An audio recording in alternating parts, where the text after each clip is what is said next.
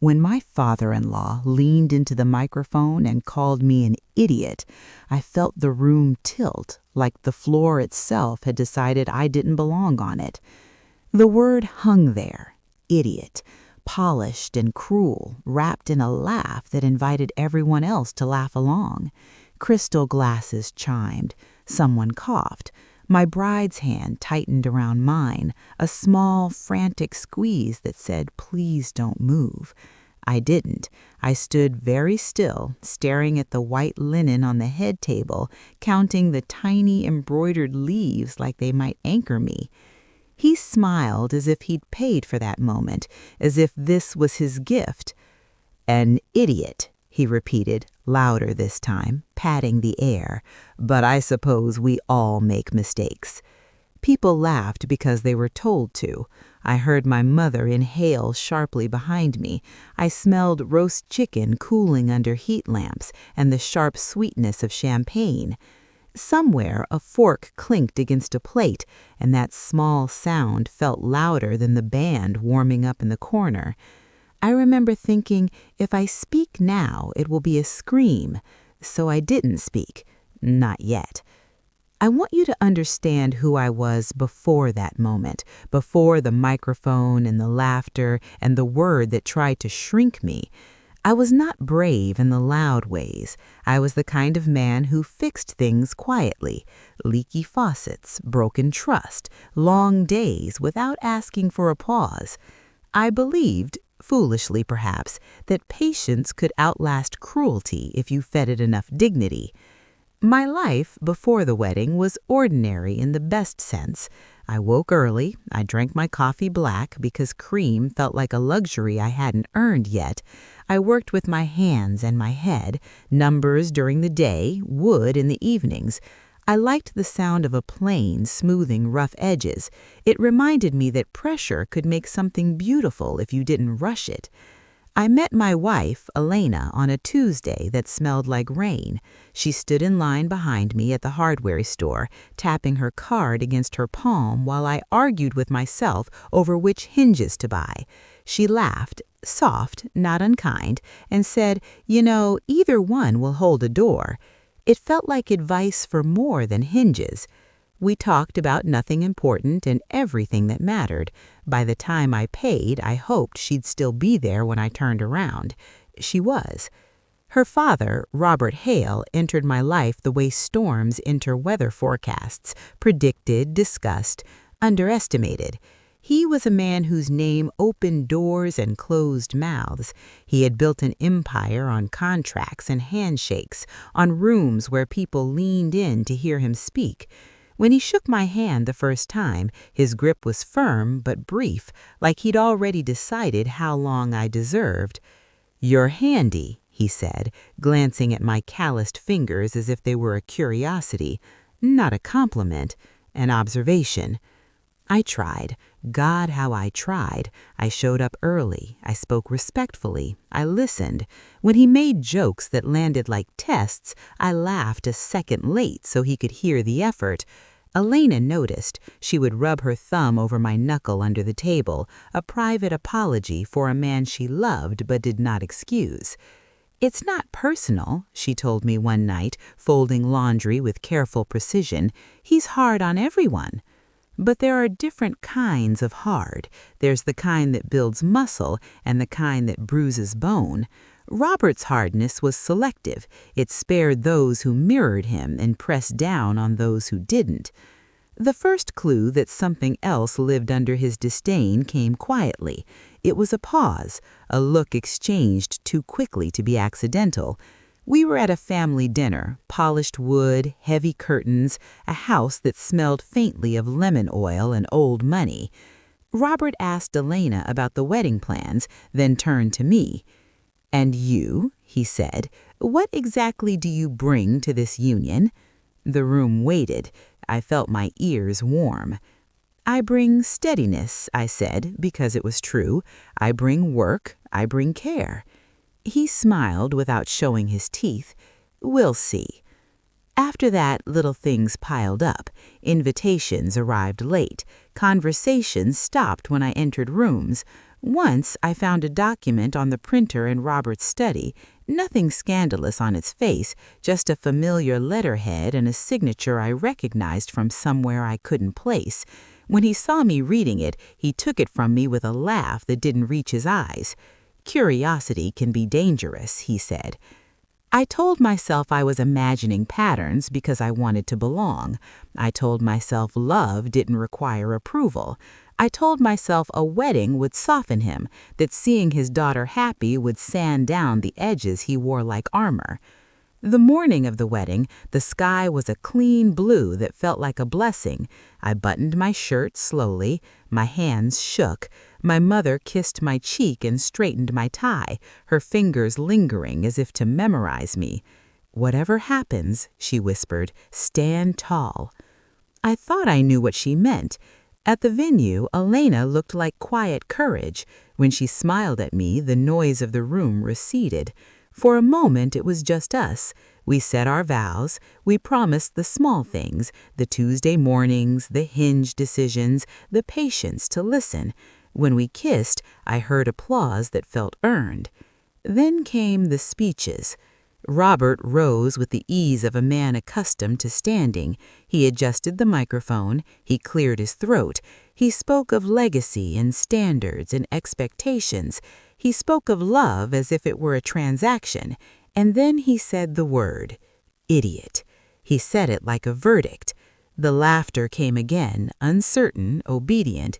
I felt Elena's hand tremble.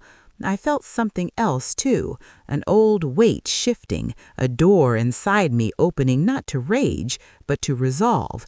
I had not planned to speak. I had planned to endure. But as I looked at the faces, some amused, some uneasy, some already looking away, I understood that silence would not be dignity, it would be consent. I took a breath. I tasted champagne and iron. I stood. And before I could talk myself out of it, before fear could tuck me back into myself, I reached for the microphone. Not to shout, not to insult, to tell the truth. I didn't speak right away. I held the microphone like it might burn me, feeling its cool metal against my palm. The band had gone quiet. Chairs shifted. Someone whispered my name, soft as a warning. I saw my mother's eyes, wide, worried, and Elena's face, pale but steady, like she'd already decided she would stand wherever I stood. But I didn't tell the truth then, not yet. I handed the microphone back to the best man with a small nod and said, later. The words sounded strange even to me, like a promise I wasn't sure I should keep. Robert watched me sit down, his smile thin, satisfied. He thought he'd won. He thought I'd fold it.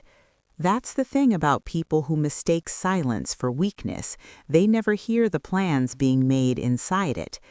After the wedding, after the forced laughter and the cutting of cake that tasted too sweet, we left for our honeymoon.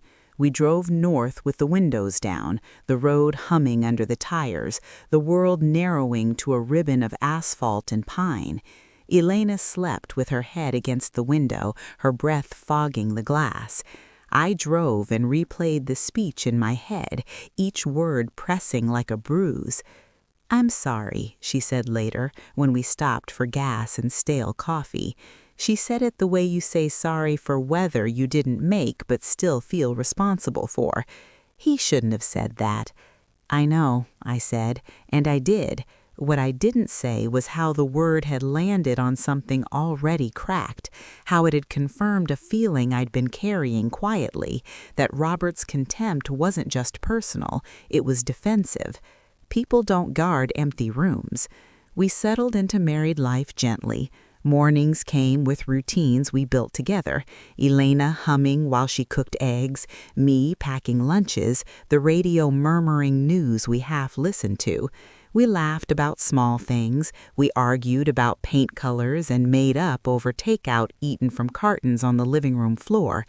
And yet Robert hovered, not physically, but in the way certain storms live on the horizon. He called Elena often. He invited us to dinners that felt like meetings. He asked pointed questions about our finances, our plans, our timelines.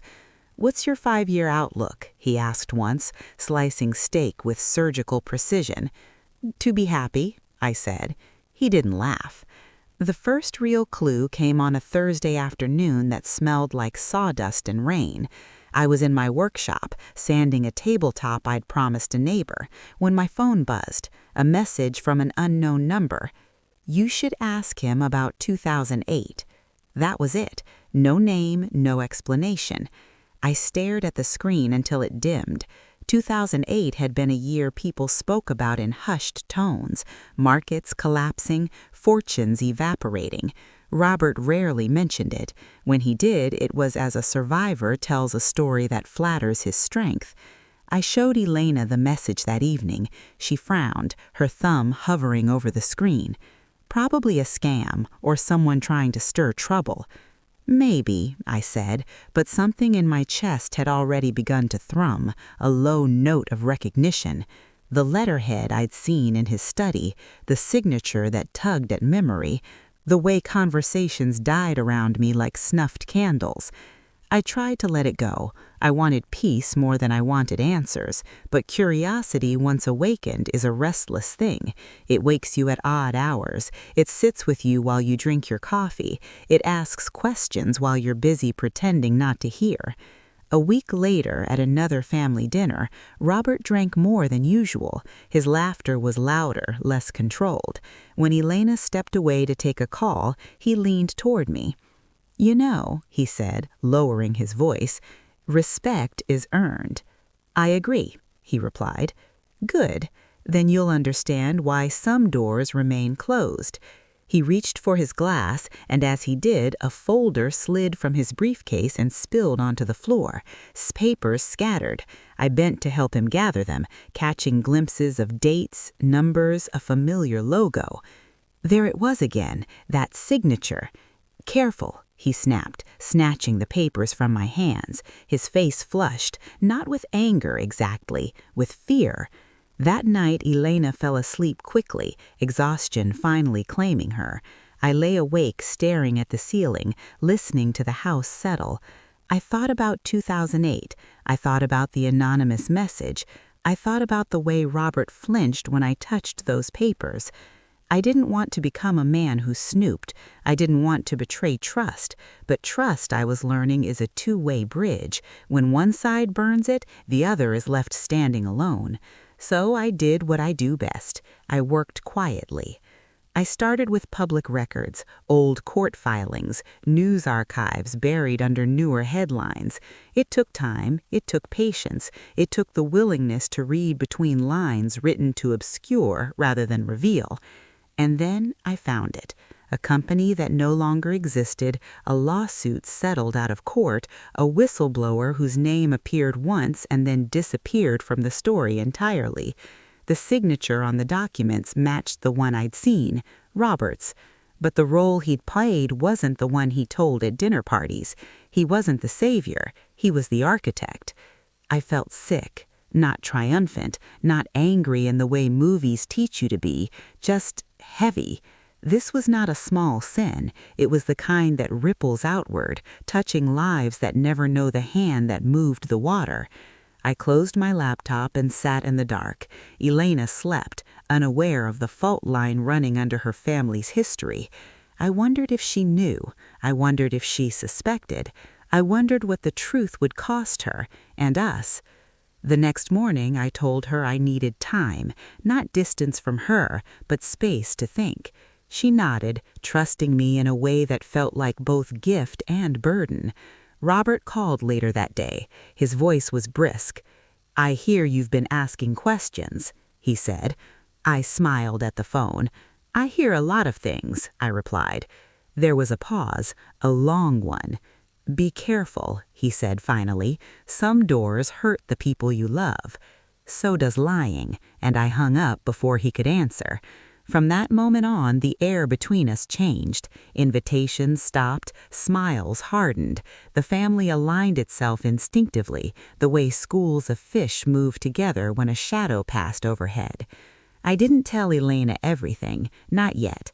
I needed to be sure. I needed to decide not just what I knew, but what I would do with it. Because truth, once spoken, cannot be gathered back up. It changes rooms, it rearranges relationships, it asks you to live differently on the other side of it. And as I sat at my workbench that evening, the smell of wood oil filling the space, I understood something with a clarity it startled me. The wedding hadn't been the beginning, it had been the warning. The hardest part wasn't what I'd learned, it was carrying it alone. I moved through my days with a carefulness I'd never known before, as if the truth were a glass bowl balanced on my head. One wrong step, one careless word, and it would shatter, not just for Robert, but for Elena, for the family that still gathered around his table and believed in the story he'd been telling for years. I watched her closely, not out of suspicion, but out of love. Elena had a way of smoothing edges without realizing she was doing it. She listened with her whole face. When she was happy, she hummed. When she was worried, she folded towels too precisely. I saw the worry lines deepen as her father grew distant, his calls shorter, his visits canceled with vague excuses. "He's busy," she said one night, rinsing dishes. "You know how he is." "I do," I said, and meant something very different. The first real test came at a Sunday brunch, one of those carefully staged family gatherings that looked effortless from the outside. The table was set with linen napkins and heavy silverware. The air smelled of coffee and citrus cleaner. Robert arrived late, as usual, wearing authority like a tailored suit. He didn't look at me when he sat down. Conversation flowed around us in shallow channels, work updates, weather complaints, a distant cousin's engagement. I felt like a stone at the bottom of the river, everything moving past me without touching. Halfway through the meal, Robert cleared his throat. "I've been thinking," he said, folding his napkin, "about legacy." Elena smiled. "That sounds serious." "It is," he replied. His eyes flicked to me, sharp and assessing. "We have a responsibility to protect what we've built, to ensure it's in the right hands." There it was, not an accusation, a warning. "I agree," I said calmly. "Protection matters." He studied me, searching for cracks. "Then you'll understand why some conversations are best left alone." Elena's smile faltered. "What conversations?" "Oh, nothing for today," Robert said lightly. "Let's not spoil brunch." But brunch was already spoiled. The hollandaise tasted like glue in my mouth. I caught Elena's eye and gave a small shake of my head. Not now. She trusted me, again, and that trust felt heavier than any threat. After that, the pressure increased. Robert's allies, people I'd once thought of as neutral, began to close ranks. A job opportunity disappeared. A bank loan stalled without explanation. Doors I hadn't known were open clicked quietly, efficiently. "Coincidence," Elena said, trying to reassure herself as much as me. "Maybe," I said, though the pattern was too clean to ignore. I kept digging, but carefully. I didn't want rumors. I wanted facts, dates, names, consequences. I reached out to an old colleague who'd worked in regulatory compliance during the crash. He didn't respond at first. Then, weeks later, he called me from a number I didn't recognize. "You didn't hear this from me," his voice was tired, "but you're poking at something people agreed to bury." "Why?" I asked.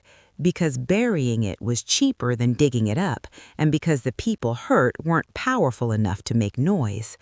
I closed my eyes. The image that came to me wasn't of Robert, it was of the families behind the numbers, the kitchens where bad news was delivered, the silence that followed. "Do you have proof?" I asked. There was a pause. "Enough to ruin a reputation," he said, "not enough to fix what was broken." When the call ended, I sat in my truck and stared at the steering wheel until my hands stopped shaking. I didn't want revenge. I didn't want spectacle. I wanted balance. I wanted the truth to stand where lies had been given comfortable chairs. But truth demands timing.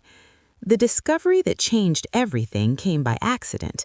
I was helping Elena clean out a storage unit her parents kept for old files and furniture. Dust hung in the air, thick and metallic. We coughed and laughed and teased each other about hoarding tendencies. "Dad never throws anything away," she said, pulling a box toward the light. "He says you never know when you'll need a receipt from 20 years ago." I froze. "What kind of receipts?" I asked too quickly. She looked at me, curious. "Financial, legal. He likes records." My heart thudded. "Maybe we should leave those for him." She frowned. "Why?"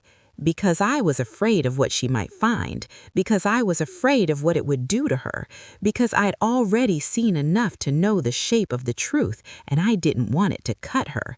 But it was too late. She lifted the lid. Inside were folders neatly labeled in Robert's precise handwriting, dates, company names, and there, tucked between two manila envelopes, a letter with a familiar logo. Elena pulled it out, read the first line, then the second, her face drained of color. "Is this—" she began, then stopped. Her hands shook. "This can't be right." I took the letter gently, as if it might tear. It was real, signed, dated, the smoking gun I'd hoped not to find in her hands. She sank onto a folding chair, the metal creaking under her weight. "He told us he saved the company," she whispered. "He said people would have lost everything without him." I knelt in front of her. "He told a version of the story that protected him." Tears slid down her cheeks, silent and stunned. Why would he lie to me? I didn't have a good answer. I only had an honest one. "Because he was afraid of losing you." She laughed, a broken sound. "He's going to lose me anyway." We sat there for a long time, the storage unit echoing with distant footsteps and the hum of fluorescent lights. This was the betrayal, not just of investors or regulations, but of a daughter's faith. "I need to talk to him," she finally said. "I know," I replied. The confrontation happened in his study, the room that smelled of leather and polish and control. Robert listened as Elena spoke, her voice steady despite the tears she refused to let fall. "Is it true?" she asked. He didn't deny it, he reframed it. "You don't understand the pressures, the choices. I did what I had to do." "You hurt people," she said. I protected this family, his gaze sliding to me like a challenge, from men who don't know when to stay in their lane. Something inside me settled then, not anger, certainty. "This isn't about lanes, it's about accountability." He scoffed. "You think standing on a moral hill makes you tall? I think lying makes you small." Elena stood. "We're leaving." "Don't be dramatic," Robert snapped. "This conversation stays in this room." Elena turned to him, her eyes clear and unafraid. "No," she said, "it doesn't." We left without another word. In the car, she reached for my hand and held it like a lifeline. "What are we going to do?" she asked. I stared at the road ahead, the future narrowing and opening at the same time. "We're going to tell the truth," I said, carefully and publicly enough that it can't be undone. She nodded, swallowing hard. "At the right time." Yes, at the right time. Because somewhere between that wedding speech and this quiet drive home, I had learned something essential. Dignity isn't about enduring humiliation. It's about choosing the moment you refuse to carry it anymore. Once you decide to tell the truth, time starts moving differently. Days stretch and contract around the secret, every hour weighed against consequence. Elena and I didn't rush. We couldn't afford to. This wasn't a dramatic confession meant to scorch the earth. It was a reckoning, and reckoning requires patience. We spoke in low voices at night, curled together on the couch after the world had gone quiet. The house smelled of chamomile and lemon cleaner. Outside, traffic sighed along the road like a distant tide. "What if it destroys him?" Elena asked one evening, her chin resting on my shoulder. "It might," I said honestly, "but he built his life on a foundation that couldn't hold forever." She nodded, then whispered, "He's still my father." "I know," I said, "and you're still his daughter. That's what makes this so hard." We consulted a lawyer, not one of Robert's people, but someone recommended by a friend who owed no allegiance to his name, a woman with sharp eyes and a voice that didn't waste words. She read through the documents, the letters, the filings, her expression tightening with each page. "You have enough to raise serious questions," she said, "enough to reopen conversations people hoped were closed." "What about retaliation?" Elena asked. The lawyer met her gaze. "From someone like your father, expect it." That night, Robert called. I let it go to voicemail. Then again and again. Finally, Elena answered. "You're making a mistake," he said, skipping pleasantries. "You don't know who you're standing against." "I know exactly who I'm standing against, my father and his lies." "You think your husband is protecting you. He's using you." Elena's jaw tightened. "No," she said, "he's standing with me, something you've never learned how to do." When she hung up, she leaned into me, exhausted. "He's going to make this ugly." "Yes," I said, "but not alone." The opportunity to speak publicly came sooner than we expected. Robert was scheduled to receive an industry honor, a Lifetime Achievement Award, the kind of event that drew press, donors, and allies, a celebration of legacy. He invited us, of course. The invitation was thick, expensive. His handwriting at the bottom was careful. "Family matters most." Elena laughed when she read it, a sound edged with sadness. "He really believes that." "Or he wants witnesses," I said. We decided to go. The night of the event, Elena wore a simple dress. No armor, no costume, just herself. I wore the suit from our wedding, altered slightly, as if reclaiming it. The venue buzzed with practiced admiration. Smiles were exchanged like currency. Robert took the stage to a standing ovation. He spoke about perseverance, ethics, responsibility. Each word landed with a hollow thud in my chest. I watched Elena's face, calm and composed, though her hand gripped mine tightly. When the applause faded, the moderator invited remarks from family members. It was meant to be a surprise, a tribute. Robert turned toward us, beaming. "My daughter," he said, "and my son-in-law." The room looked at us expectantly. Elena stood first. She took the microphone, her posture straight, her voice clear. "I love my father." A murmur of approval rippled through the audience. "And because I love him, I believe truth is a form of respect." The room stilled. She spoke of stories told and stories omitted, of legacy as something inherited and something earned.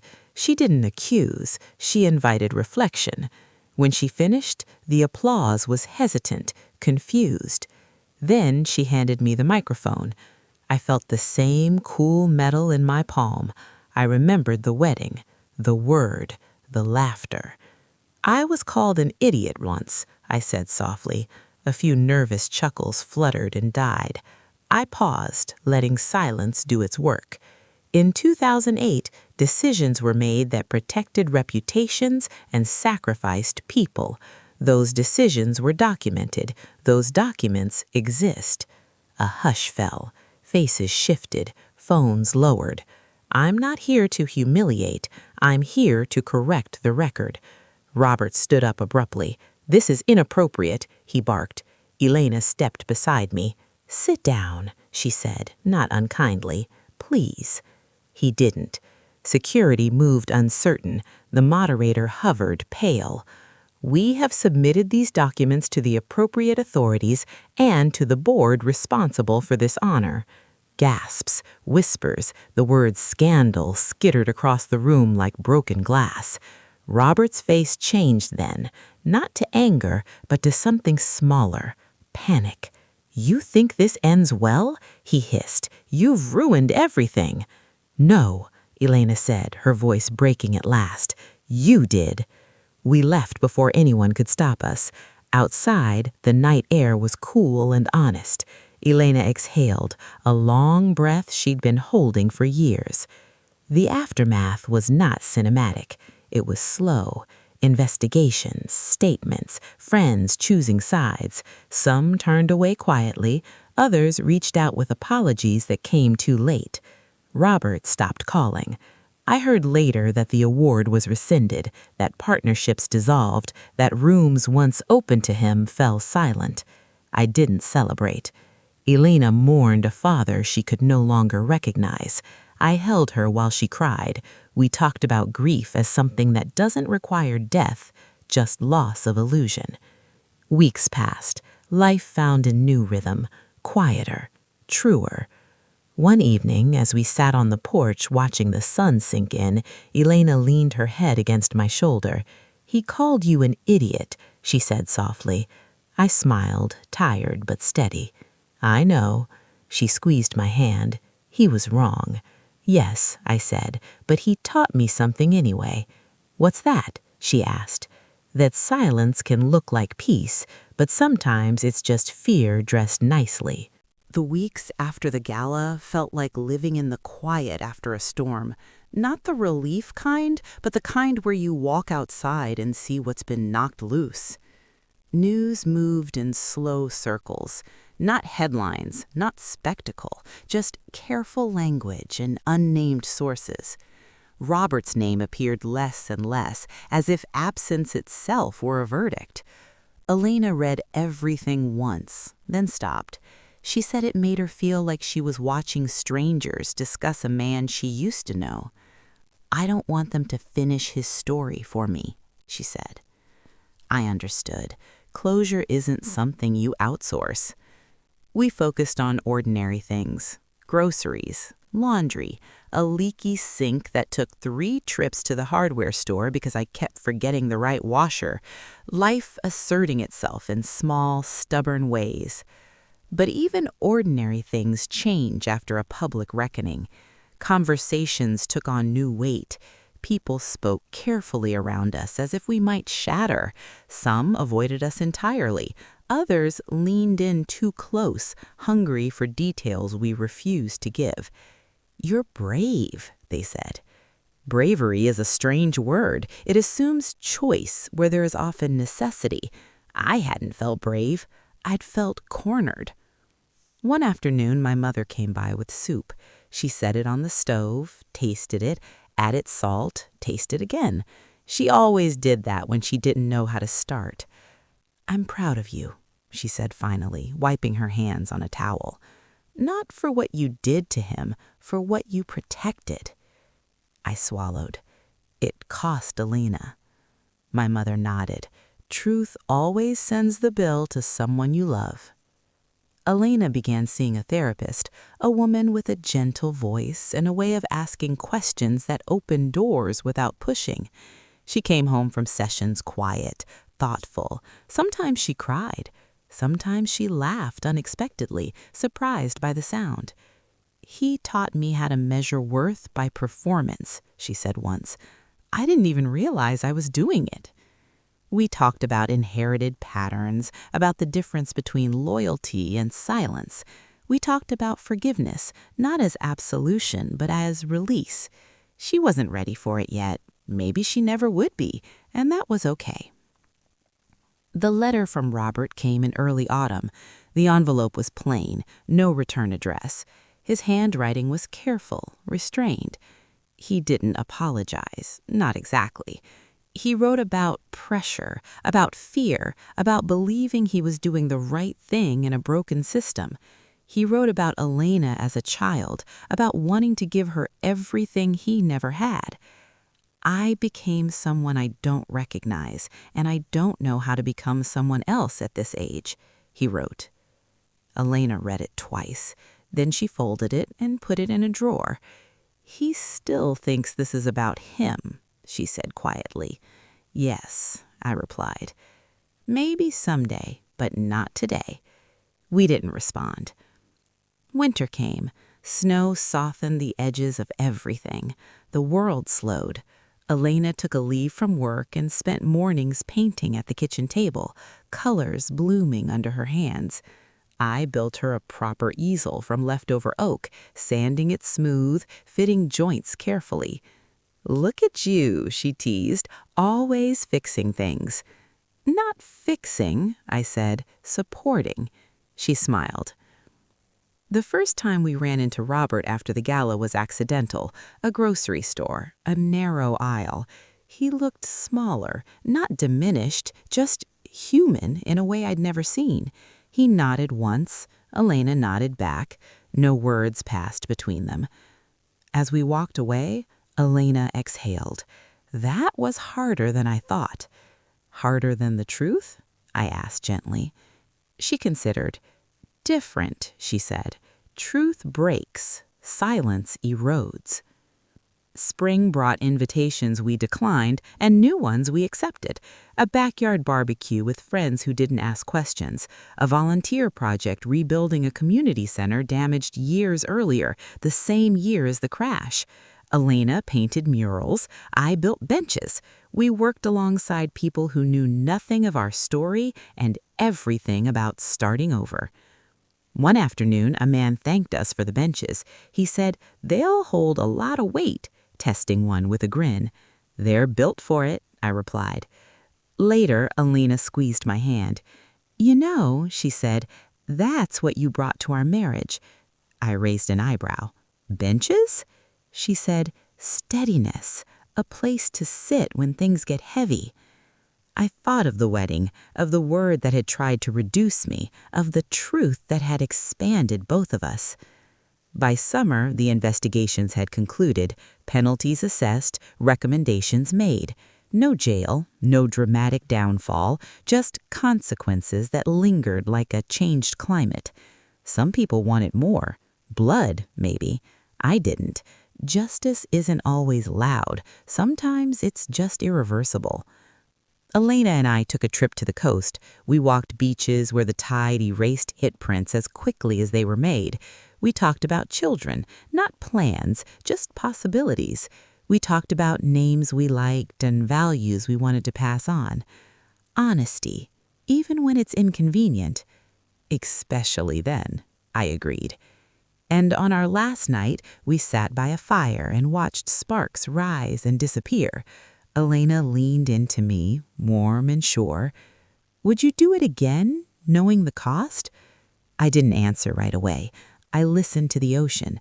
I thought about silence and fear and the moment you choose which one will own you. "Yes," I said finally, "but I'd still wait for the right time." She smiled. "Me too. Because truth isn't a weapon. It's a mirror.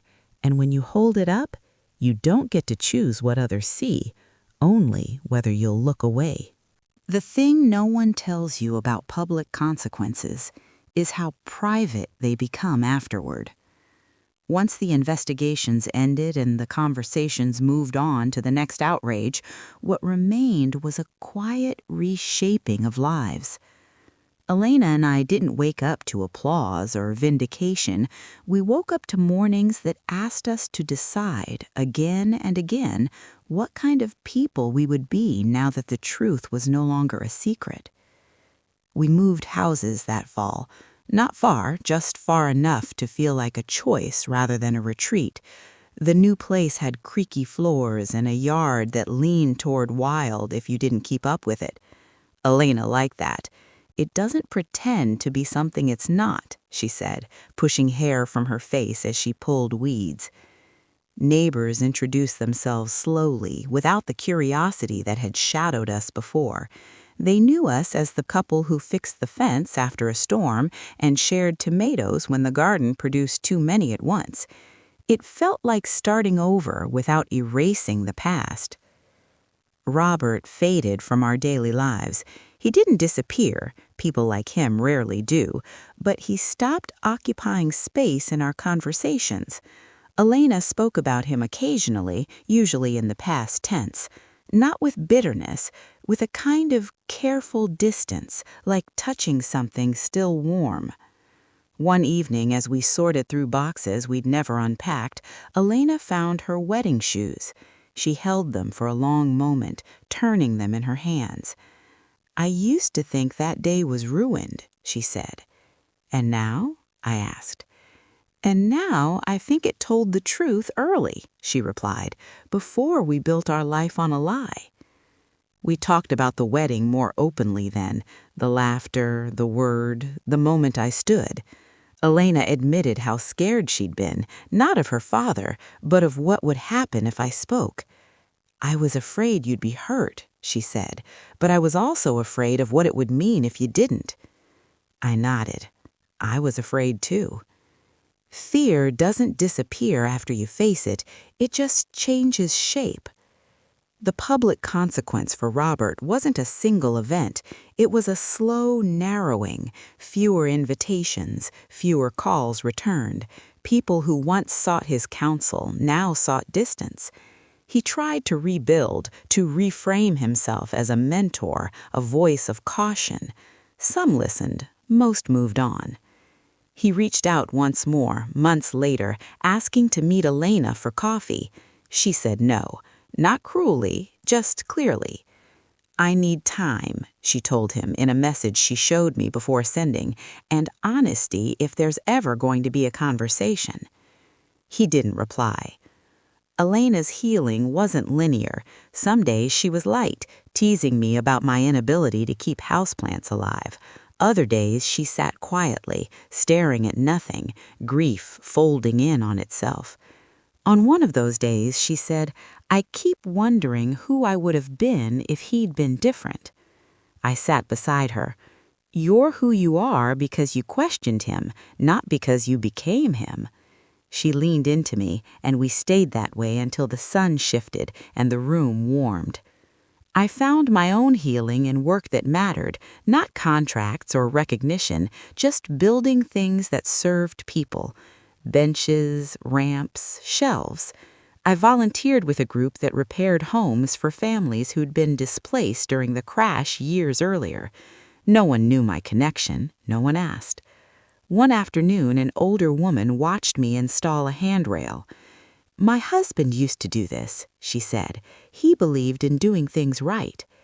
I tightened the last bolt and tested it. Solid. "So do I said. She smiled, and in that smile was a forgiveness I hadn't asked for, but felt grateful to receive. At a community meeting that winter, someone brought up ethics in business, accountability, the long shadow of decisions. The room was tense but respectful. People spoke about responsibility without naming names. I listened. When it was my turn, I said simply, "Truth doesn't fix everything, but it gives us something firm to stand on while we try." Heads nodded. No one clapped. That was enough. Elena and I marked our anniversary quietly. No party, just a walk and a meal we cooked together. We toasted with water because we both felt like being clear-headed. "To steadiness," Elena said, lifting her glass. "To timing," I replied. Later, as we lay in bed, Elena traced the scar on my knuckle from a project gone wrong. "You know," she said, "when he called you an idiot, I believed him for a second." I turned toward her. "You did?" She nodded. "Not because you were wrong, because he trained me to doubt people who didn't sound like him." I kissed her forehead. "We're unlearning together." "Yes," she said. "That's the work now." The last public consequence came quietly, almost kindly. A former colleague of Robert's reached out, asking if I would speak to a group of young professionals about integrity, not about scandal, about boundaries. I agreed. I told them a story about a wedding and a word and the long road that followed. I didn't name names. I talked about silence and courage and choosing the moment when truth serves more than the speaker. Afterward, a young man approached me. "I'm afraid to speak up," he said. "It might cost me everything." I thought of Elena, of the storage unit, of the microphone in my hand. "It will cost you something," I said, honestly. Make sure what you're protecting is worth more. As we drove home, Elena reached for my hand. Do you ever wish we'd stayed quiet? I watched the road unfold, steady and unremarkable. No, I said, but I'm glad we didn't confuse noise for courage. She smiled, and in that smile was a peace we'd earned the long way around. Because public consequences fade, headlines change, but the private ones, the way you look at yourself in the mirror, the way you teach your children to speak, those are the ones that last. By the time a full year had passed, the story no longer felt like something that was happening to us. It felt like something that had happened through us. That distinction mattered more than I expected. Elena and I had learned that healing doesn't announce itself. It doesn't arrive with a ribbon or a clear finish line. It shows up quietly, in moments you almost miss, like the first time you realize you haven't thought about something painful all day, or the first laugh that isn't followed by guilt. We built a life that wasn't impressive on paper, but it was honest. Mornings were slow, coffee brewed while sunlight crept across the kitchen floor. Elena painted more, sometimes selling pieces at small community fairs, sometimes just stacking canvases against the wall because she liked knowing they existed. I worked, volunteered, came home tired in a good way. One evening, while we were washing dishes together, Elena said, almost casually, "I don't feel angry anymore." I paused, a plate dripping in my hands. "How do you feel?" She thought about it. "Clear," she said. "Sad sometimes, but clear." That clarity changed everything. It meant she could speak about her father without shaking. It meant his name no longer filled the room like smoke. It meant she could remember good things without feeling disloyal to the truth. We didn't reconcile in the way movies promise. There was no tearful apology, no dramatic forgiveness. Robert never admitted wrongdoing in plain language. He never said, "I was wrong." He never said, "I hurt people." But he did change in smaller, less satisfying ways. He stopped correcting Elena when she spoke. He stopped talking over people in public spaces. When they eventually met, months later, briefly in a quiet cafe, he listened more than he spoke. That was new. "I don't expect forgiveness," he told her, staring into his cup. "I don't even know what that would look like." Elena didn't reach across the table. She didn't need to. "I'm not here to give you something," she said. "I'm here to stop carrying something." When she told me about it later, she wasn't triumphant. She wasn't devastated. She was lighter. That's how I learned forgiveness isn't always about the other person. Sometimes it's just setting down what you were never meant to hold forever. As for me, the word idiot lost its power. It became almost laughable, like a ghost of someone else's voice echoing in a room I no longer lived in.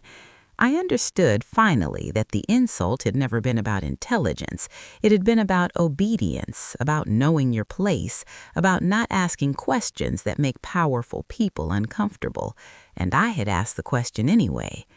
Life rewarded us not with wealth or recognition, but with alignment. Our inside lives matched our outside ones. There was no longer a version of ourselves we had to maintain for certain rooms.